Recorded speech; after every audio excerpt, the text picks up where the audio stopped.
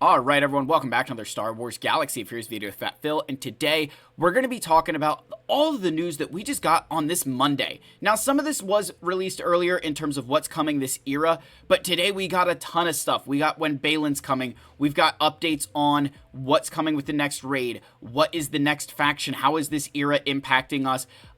There's just a lot of stuff that kind of dropped all at once, and so I want to kind of break it down, give you guys kind of the, hey, here's the update, here's what you should be thinking about, and how excited I am or am not about this information. So let's give a shout out to our channel members, as always, for their continued support. If you're ever interested, that link is down below, along with a link to Discord. Thank you guys again for keeping the faith, for believing in me, sticking with me when I'm talking trash or I am sulking because one of my sports teams lost. You guys are the best channel members, subscribers in the world. I really appreciate it.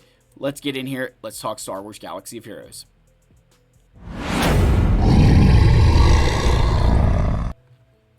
Alright, so, of course, my game doesn't want to load anymore. Why would it want to load? That's insanity, right? So, let's go here to the screen capture, and let's start out with the Baylan announcement. So, Baylan is coming back here in the data mine tomorrow at the time of recording, January 14th. Now, I saw, I believe this was in my Discord, and I've got to make sure that I don't share some of the language that I was using because I don't want to get demonetized, but I was a little bit hot about this. I was kind of pissed off that he's coming this soon. Spoiler. Oh no, it wasn't in my server. It was in another one here. So here's this picture that was taken, right? So let's go to the screen capture here now, and let's go here. Okay. So, I guess, no, that's not the right one. There it is. Okay, so Baylan first came on October 31st, and now it is 74 days since his event. Normally, we get 90 days, so we are 15 days sooner for Baylan than a normal epic confrontation character like this. We are 15 days too soon. Now, if that was their normal schedule, that's okay, but it's not. We didn't get his character's farmable 15 days sooner, and that 15 days is 16%. That's a ton of time. Like, just think about what 16%, like, to, put that into perspective for you, right? If I told you, hey, I'm going to increase your salary by 16%, you'd do a backflip. Like, 16% is a ton of time that they have taken away from this farm and said, hey, you got to get him faster.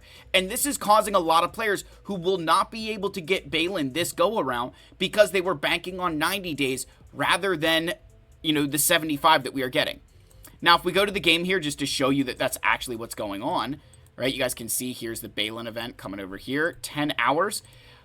I will be able to get Baylan. I have 11,000 crystals saved up, and when we look at the shards I have for Merrick and Shin, I'll be in good shape. I'll be able to get them. It's not the end of the world, right? We'll be fine. Here's where my frustration, comes in, right? Again, they didn't really give us much warning, and they're like, oh, here he is tomorrow. But they've definitely upped the ante on how quickly he came back, right? And it's something that's a problem because with these eras that they've put out, like, is this going to be the new thing of 75 days? Like, can you then upgrade or update how soon we're going to be able to farm characters? Because it just doesn't seem right that the time to farm everything stays the same, but hey, you got to get the character 15 days sooner that third month that he's back, right? That first time that he's back. So I'm not a fan of this. I think it's way too soon. I felt the communication was bad on this. Capital Games, if you're listening, this is the kind of stuff you need to communicate. If there's no reason why you couldn't have said on October 31st, hey, here's the return date of Baylan. There's no reason that you can't plan that. Like, it's literally, he's in the game. There's literally nothing else you have to do other than say this is when the event will happen. I understand that we like to get people to panic and stuff, but it just, the randomness of things feels really harsh to the player base. It just feels harsh. So that's part one of that, whole screen capture there.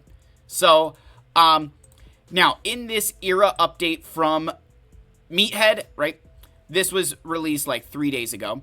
So, it's the Bad Batch, and the big things here is we're going to be getting the Omega Fugitive, and we're going to be getting Batcher. That came from this post. They talk about all the different things that'll be around here. But one thing they did note here is that some quests will require you to own specific older characters. While these characters are or will be available in episode shipments, we're letting you know what to expect so you can work on unlocking them ahead of time. And then it's Asajj, Boba, Captain Rex, Cody, Echo, Fennec, Hunter, Saw, Tech, and Wrecker. Super, super, great that they're letting you know this far in advance, hey, get these guys going. I really like it. This is one of those things where, this is the kind of information that I'm talking about that's important to us. Hey, work on these guys a little bit sooner. This is extremely helpful information, right? This is extremely, extremely helpful information, and a lot of them are going to be available in the episode shipments, right? This is a big deal there. There's some good characters, and if you're a player and you're like, hey, I'm not sure if I can, should I be farming them or not? Those character shards are worth their weight in gold because there's not a lot of places that you can naturally acquire character shards. So to be able to purchase any Bad Batch or even thinking of Saw Gerrera, that's massive, right? So I think this is a really good move to put those characters there. I really do like it. Absolutely think it's worth purchasing if you're at that point in the game where you need those shards. So that's really the big thing I wanted to cover from the episode pass thing is that you're going to get Batcher and the new Omega. So then they went ahead and I believe, let's go to Meathead's thing here because he should have, the whole hold on here. He had a post talking about, while we're waiting for that, there's the kit reveal. Okay. We did get a kit reveal for Omega.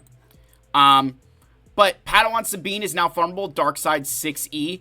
I just want to go and say that, adding these characters to, hard nodes, again, Sabine going to, Darkside 6A, this is just awful. I'm so sick of, hard nodes. Everything seems to have been going to, hard nodes. We haven't got a fleet node in a while. It just hurts. I guess we did get a fleet node with Punishing One, but we've gotten so many hard nodes. They're all high energy. It's draining. It's been a draining process. I'm not going to lie. It makes me want to cry. So it's not been a super fun process to go through there. So that's a big deal. They also said, hey, they fixed some things here. And then they're going to be fixing Omega's leader ability.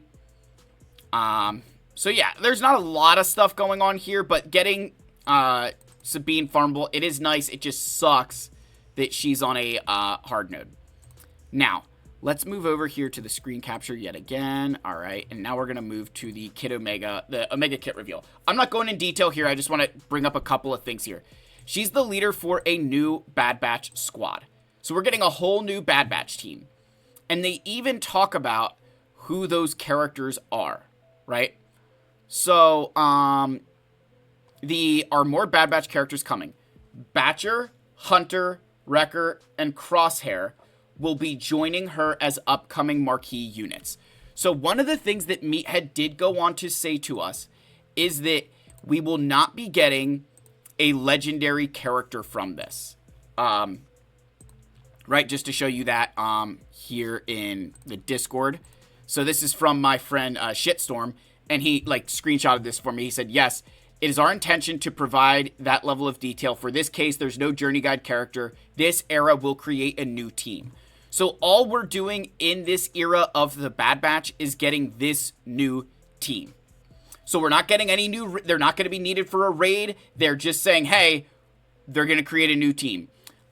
It does look like a very interesting team. I will have to go into detail on her kit, but recognize if you're a free to play and you've been kind of trying to keep up with the newer stuff, this may be something to table for a little bit until you find out what the hell the purpose is, because it doesn't seem like there's any kind of raid on the horizon. And the reason I say that is from, again, another screen capture. This was from Meathead on the events server, and he goes, what new raid? Take that with what you will, right? You're like, oh, well, maybe he's just joking around and stuff. I would have normally gone with that route, like, oh, he's joking, but, but they then came in and said, hey, we're adjusting the Naboo raid. So they not only, hey, this new Bad Batch team, just kind of a new team, What new raid? And then slated for the next release. We've made some adjustments to the Naboo raid, which should be implemented in our next update. The Command Droid special ability now starts on cooldown. The cooldown has been reduced to 2 turns from 3. So, while it starts on cooldown, you're not going to get as much time in between uses. The Command Droid can no longer give itself a bonus turn with the charged modifier. There is now a status effect on the Command Droid that indicates the number of turns remaining until it's able to use its special ability so it can be more easily tracked. Those 3 changes are unbelievably amazing, right? Those 3 changes are huge because one of the biggest, angsts of my life with this Naboo raid is just the amount of RNG that's required of you to complete this raid with certain teams. Let me just go in with this Luminara team. This is like so perfect to have this up. So what they're basically saying now is, right now, I have no idea when this Command Droid is taking a turn, and I don't know, obviously I know its cooldowns are up right now, so let's just get through here, right? So look, it's gonna use its special ability here in a second. Come on, do your thing, do your thing. There's the special, right? Now, I don't know what its cooldowns are. Now, I know because it just used it, but I don't actually know when its cooldowns are going to go off or anything like that, right? So, that's a huge, part of this that we're kind of looking at. We're like, is this actually the right thing to do here? Right? But the other thing is, let's just get to the next wave here. So, what happens right now is I'm going to go ahead and use this. Look at that, right there. That was perfect. That was literally perfect timing. The Command Droid took a bonus turn. I had just given my team extra potency up, and no, Command Droid wiped it all away. So if I wanted to, I could try to work back through and see if I can get Kit Fisto to give me more, potency up. Let's see if I can get that going here.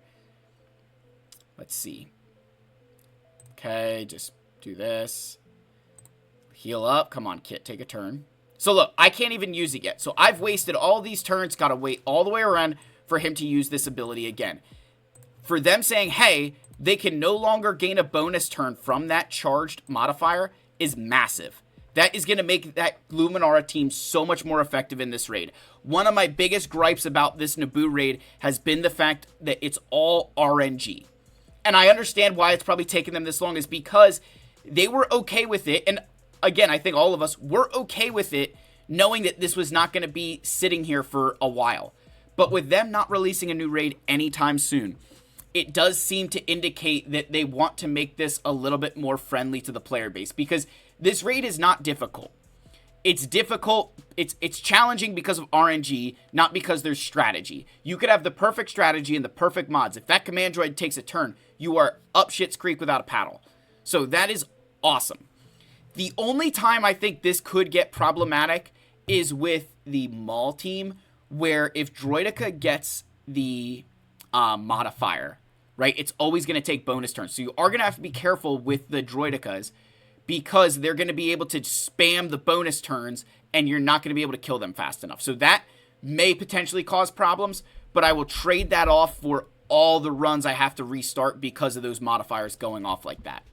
And again, with it starting on cooldown and it, not being able to get the bonus turns, I love it. That's so nice. It's going to allow you to play each wave a lot better and just with a lot more consistency, to be honest.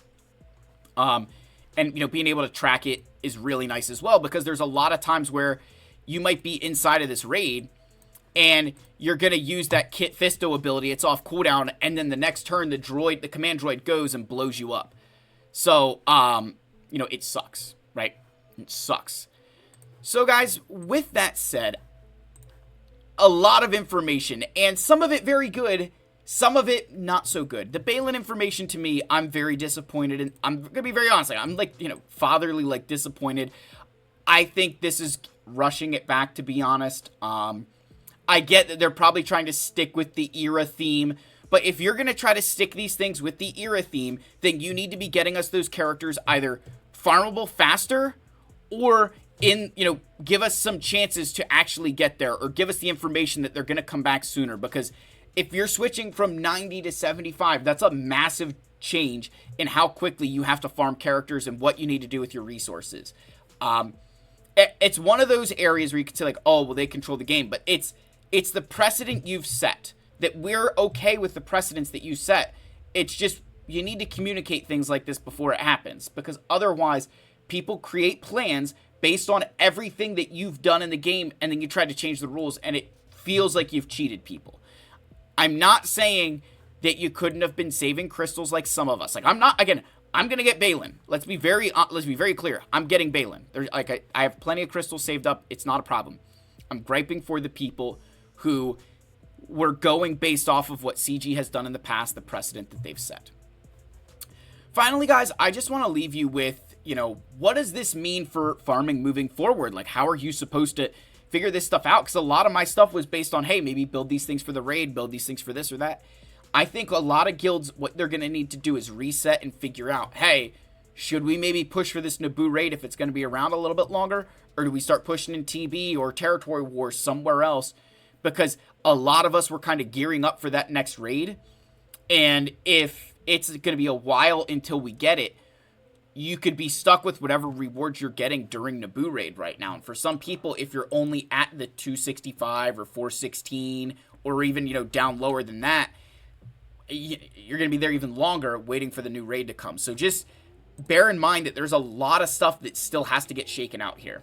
So let me know your thoughts down below. Please like, subscribe, comment. I love you all. May the force be with you, and I'll see you in the next video. Cheers, my friends.